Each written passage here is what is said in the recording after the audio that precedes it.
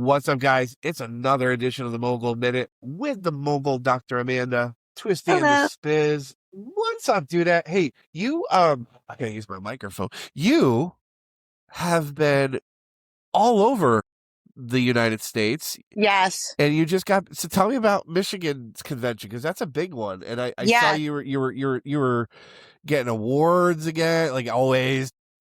So I flew from Florida to Traverse City, Michigan, which is so gorgeous, on Friday and attended the Michigan Association of Chiropractors Spring Convention. And it was fantastic. Wonderful speakers. I got to see Jim Chester was there. And who did I see? Tons of friends. It was great. But did you get another award? Because I reshared something out there. Was that there or was that No, the ICA? I received an award at the ICA, the Perseverance Award. What? Okay, tell us about that. So the Perseverance Award is for being all in, supporting chiropractic, supporting the ICA. I think it even said a can-do attitude. Okay. But just being there and always supporting and giving and serving on the board. Got it. Why do you think you won it, dude? Well, it's been a crazy year in chiropractic, and I think that we've all stepped up. So this award could have went to really 100 people, but I always made sure that I was on a call or that I could show up at a meeting. And I think that showing up is 90%. When you can sit in a room with people of opposition and figure out what you have in common, it's way better than a Zoom call, way better than face-to-face is the best way to do things. And we've done a lot of face-to-face this year, which has taken a lot of time, a lot of effort, but the rewards have been spectacular. And sometimes they're not. So we're happy this time it is. Hey, how do you keep yourself healthy traveling? I just kicked my ass. Like, what do you do with the plane stuff? Is it Louis Kisses or Louis Kisses the secret? No, that's a great question. That's a really good question because not only are you saying this to me right now, but I probably had 5 colleagues at our level of travel. We've had this discussion where it's always been you just go, go, go. And now all of a sudden it's like, whoa.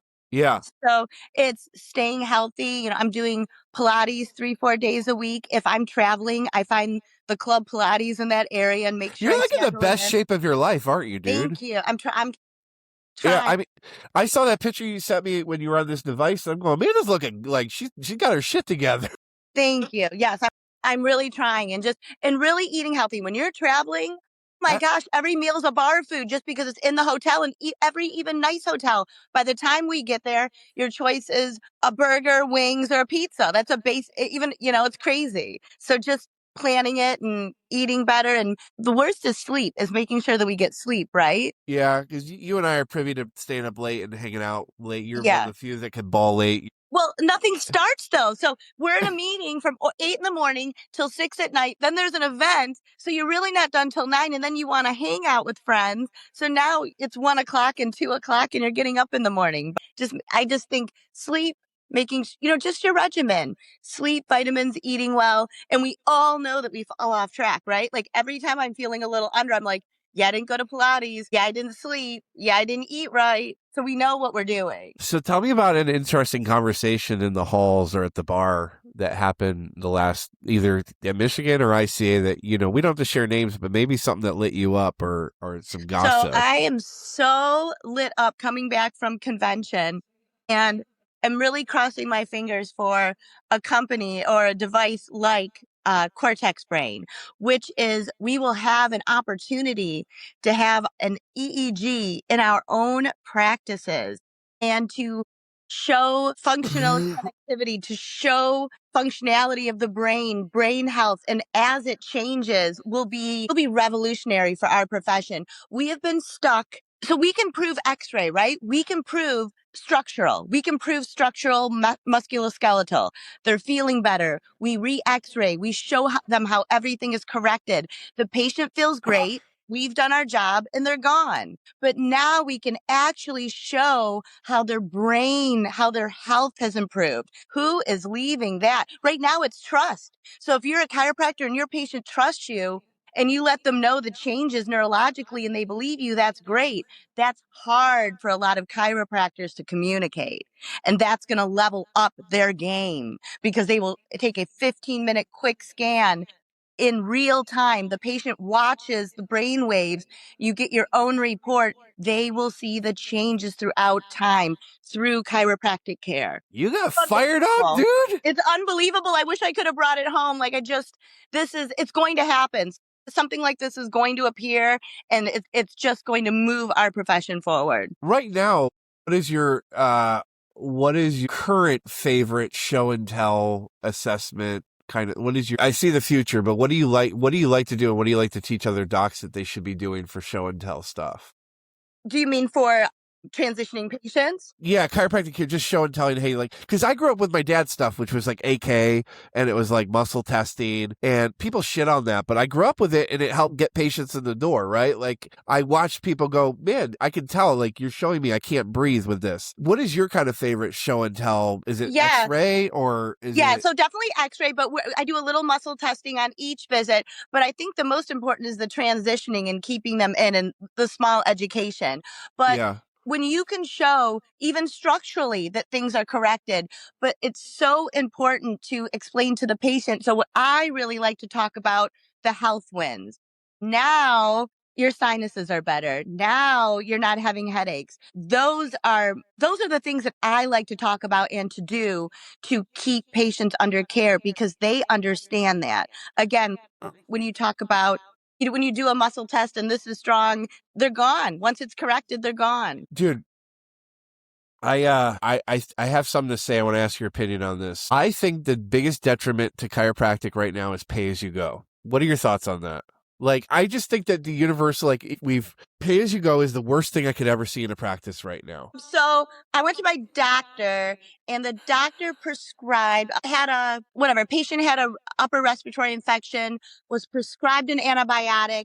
Did they go to the counter and go, well, now I'm going to take one in the morning and one at night for 10 days, but I'm going to pay as I go. Can I pay as I go? Yeah. That is how dumb that sounds to me. The inmates, I say sometimes the inmates running the asylum is the term I like to use, but it seems to get taken. It just is really bad habits that just the practice starts letting like happen again, right? Like it seems like practice. That is clearly the patients managing the practice. Okay. I like that. I'm going to use that better. I'm going to give credit where credit's due. If you guys hear me saying that, that's from the mogul herself, the patients managing the practice, not the inmates running the asylum. It's inefficient down to the minuscule level of time with the front desk staff, to the patient, to the high priority that patients who pay as they go don't follow their care plan. They're the most non-compliant. The patient who pays as they go is usually 100% non-compliant. Not that they don't come, but they're not compliant. And they're literally telling you that. That's what they're saying. So pay as you go equals to me, I'm coming when I want. And when I come, I'll pay. That's what it means. And if you're a chiropractor who's okay with that, I mean, that's not in the best interest of the patient, but... Did you have any recently, whether it's in Florida or Traverse City is like really, really pretty, right? Like it is gorgeous, yes. Did you do any mogul shit, mogul eating out, mogul shopping? This was actually, the first night we went to Airy, which is this beautiful restaurant on top of Grand Traverse, probably the nicest restaurant in Grand Traverse. What's it called? It's called Airy. RIE, I believe. And the windows, it's on the top floor of the tower, and it's just glass all around, and you see the beautiful bay, and it's just gorgeous. Now, wow, that is beautiful. Okay. Yeah. All right. I like that. The Peaches are up there. I got a couple people that always say you got to come up here. I saw them. It was so nice to see them. Julie and Don. Julie from Denmark, who likes to say donk and dollar for money. Yeah, fabulous. I got to give them big hugs. When you go, okay, so did you have a mogul experience at RE, or did they just get by? Did you have anything that you're like, wow, this wowed me there, the experience, or not really? Well, I thought it was unusual that there was no salad on the menu. I think that's really unusual for a high-end restaurant. There was no salad? No salad. What the fuck?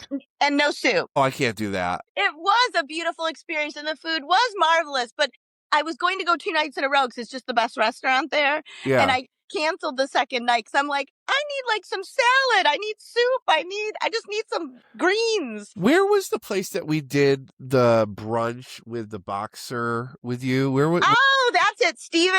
Lully's, one of my favorite places. Now that is a total mogul. Like Yes, that's right by my home. that's an experience there. That's an experience. Mark Zarkin and Ari Zarkin are unbelievable. Lully's is fantastic. Oh, They know man. how to treat people. They know how to give you the mogul experience. They're fantastic. And when you were there, I actually asked him because he had done a few and there was not one plan. I Yeah. said, look, Mark, is it possible that you could do a boozy brunch here? That's what they were calling it. Could Yeah. you do a boozy brunch on this Sunday? Because I have people coming in and I promise you I'll bring them and you all. And he said, you know what? For you, yes. But, and of course, the whole restaurant enjoyed. But that's how awesome they are. That if you say to him and you know him and you're a regular patron, he makes it happen. I love it. Hey, let's go around the chiropractic world with some questions out there, and we'll have the mogul give her mogul insight on this. This is kind of a silly one. I don't know if it's silly, but I like it because it was just posted in the chiropractic assistance group. Hi, I wanted to know how long do you keep an account balance open before writing it off? I always look at you. You're a master of insurance and billing and stuff like. You're just so smart with it. What should be the standard for writing off before you send out the collections, and should you send to collections? Sure, it should be at about 90 days and 1 week. And let me tell you why. Because that is when it goes to collections. So I always say, like, do you go to Chipotle and be like, I'm pay for it later? Where do you go and get service and then not call them and then act like you don't know and then not communicate? So we send invoices. You get an invoice month one. You're supposed to pay at the time of service, but let's just say there's a balance. You get it 30 days, 60 days. At 90 days, you get the final phone call. Please call and make any payment arrangement with us. If a patient calls us, I don't know about $1, but literally, if they said, I'll pay you $1 a week and I'll pay it off, I'd say, okay. We'll figure it out. Yeah. We'll figure it out. But if you do not communicate with us, you're going right to collections and let's just have it handled. Because it's just not right. I love that. That's why she's the mogul, guys. If you want to work with her, you got to get the hookup. We'll get you hooked. I want to keep going. I got a question about this. Is going to go back in probably the old days for you, but maybe new. I don't know. We could get raw and real with some fresh stuff. If you could fix one financial mistake you've ever made as a practice owner, what would it be? Q7. Quest 7? Yeah. Oh, God, that hurts. What? Okay, so let's have this. Like, hey, I've lost hundreds of thousands of dollars. I'm an adult and I did it. And I know that we all learn. I feel like Grant Cardone, that's why it makes me nervous about future investments. Yeah, I'm with you. Yeah, so kind of in a future pattern. For me, it's relationships, and it was like I'm now, as Kat sees, she goes, "You're so untrustworthy." I go, I've been hurt. I've loved someone, and they hurt me. That's how it felt. I knew that maybe I wasn't going to make a lot, but to lose it all? Yeah. Well, I just heard through the grapevine that one of the infusion centers are suing. Like, so Quest 7, for people that don't know, was an investment mastermind group through some of the old partners I was with, and I'm so grateful everyone. I didn't know what was going on, and they were trying to keep me out of the loop. But there was a lot of money lost for a lot of people. A lot of people got hurt. So, what would you say your life like? How would you vet something now differently than it was 4 or 5 years ago? Then what would you do differently to say, hey, I learned my lesson? I would make sure I completely understood the product. Yeah. That I completely understood. I'm going to be super honest with you. This was my learning in these types of investments. Yeah. This was, and I think from now on, I mean, I don't want to be like real estate, but at least it's just unbelievable. I want to understand the product. I need to know. You just don't know, Tristan, because it was like this. And if it doesn't come back before this date, you get this much more. But then we find out and I feel like they keep stalling you to tell you something because they're regrouping and it's going to get better. But really, they're selling it off and then you get nothing. Like, it was just crazy. So you don't know. Oh, dude, I will never be the investment coach. I'm just, we all have to say where we are the best. And I had way too much trust. And did they make money? Like, how many Everbowls were there? And why did I lose 50,000? And why did they make 50,000? I don't understand. I think the big picture is, or did they? I don't know. My theory is that they kept knowing this guy and how he thinks. I think he kept some money and he made deals look bad that weren't bad, that maybe they didn't. I think they stole money. I mean, what I heard back lately is that the lawyers didn't get paid. And so I'm hearing from, like, our Karen and other people out there that keep me in the loop. Because everyone's always asking me, like, why do you keep punching at this guy? Isn't it done? And I'm like, no, like they still let him talk at Never Sherman. been talked about. It has never been talked about. And in my opinion, believe me, I make mistakes. You make mistakes. We all make mistakes. How dare you go out and try and get more people to do this? That's what freaks me out. But I'm also not a talker. I don't ever want to be negative. I don't want to make people look bad. But there's a point where you got to say, I mean, there were probably millions lost between all of us. Yeah. That we'll never see it. I think it's a Netflix documentary, and what I heard from mutual friends is the same thing. He thinks no one will ever come after him because he thinks that everyone's broke and they're scared of him. Well, and then let's talk about risk reversal. Wasn't paid by one person. At the end, they all did their 10 months at their 500. Yeah. But then when they had to pay more, they all got out, and there's a fee that says what it should have been. So I was paid $133 split by 3 for 1 year on 3 people. Every week, massive training, massive growth. Because I think that, I don't know, but they didn't go, they said they were going to sue. They didn't go after anyone. They never didn't do anything. Didn't do anything.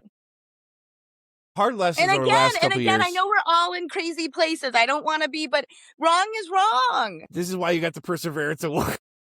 Yes, because you know what? It's okay. I'm going to GC it. I'll find the right investments. I'm keeping my fingers crossed for SpaceX. Maybe something's going to hit. That's going to be $1 billion. That's going to be $1 trillion IPO, SpaceX. So, yeah. I love you, dude. You're so awesome and just raw and real. I got one last question from around the Cairo Spears. What's your take on how long, there's some practices out there that get into waitlist like 2-3 weeks. What's the longest you think that's safe to be a waitlist practice? Or do you think it's silly to be a waitlist practice? Yes. Yeah. I think that if you're growing, it should be. I think that once you have a waitlist practice of 14 days, you know that you can hire an associate. Yeah. Hire a exam doctor, hire a CA to do the exams, hire another doctor. Don't stop changing the world. Don't stop caring for patients. You're keeping them out of chiropractic. They want to see you. Let them come and see you. Or send them somewhere else so they can get under care. This is why she's the mogul. Guys, if you want to have the mogul come to your practice, you want to have the mogul work with your team, help with sales, communications, retention, it's Dr. Amanda Chiro. Thanks for, dude, this show's going to keep getting better and better. I'm so excited about it every week because I get to just have a good conversation with one of the smartest motherfuckers out there. So thank you. So nice to talk to you. Hey, we'll jam next week and keep the mogul going. Hey, if you guys need to get hooked up, let me know. I'll get you hooked up with Dr. Amanda and we'll keep rocking and rolling. Thanks, Amanda. Bye.